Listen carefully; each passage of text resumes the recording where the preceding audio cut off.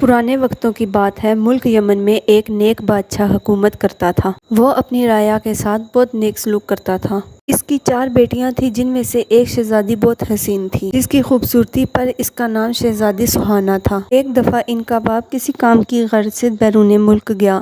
اس نے اپنی ساری بیٹیوں سے ان کی خواہشات پوچھی۔ 3 بہنوں نے قیمتی زیورات لانے کا کہا۔ جب بادشاہ نے چوتھی بیٹی سے پوچھا، تمہیں کسی چیز کی ضرورت ہو تو مجھے بتا دو۔ باقی شہزادیاں اس شہزادی سے نفرت کرتی تھیں۔ چنانچہ جب بادشاہ دوسری دفعہ بیرون ملک گیا تو سب نے اپنی اپنی چیزیں لانے کو کہا، مگر شہزادی سہانا اس پر خاموش رہی۔ اس نے سوچا کہ اس بار کوئی ایسی بات نہ ہو کہ میرے باپ کا دل دکھے۔ بادشاہ نے اپنی بیٹیوں کے لیے زیورات لیے۔ راستے میں ایک جنگل تھا۔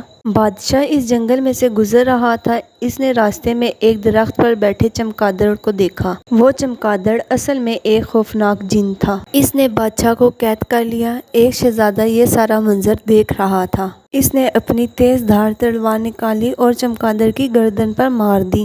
چمگادڑ اسی وقت مر گیا۔ شہزادہ بادشاہ کو محل لے گیا۔ ان کی بیٹیوں کو سارا ماجرا سنا دیا۔ شہزادیاں اپنے باپ کے پاس آئی اور اپنے باپ سے نافرمانی پر معافی مانگی۔ بادشاہ نے اپنی ساری بیٹیوں میں سے سہانا پر فخر کیا اور اپنی بیٹیوں کو گلے لگا لیا۔ سب ہنسی خوشی رہنے لگے۔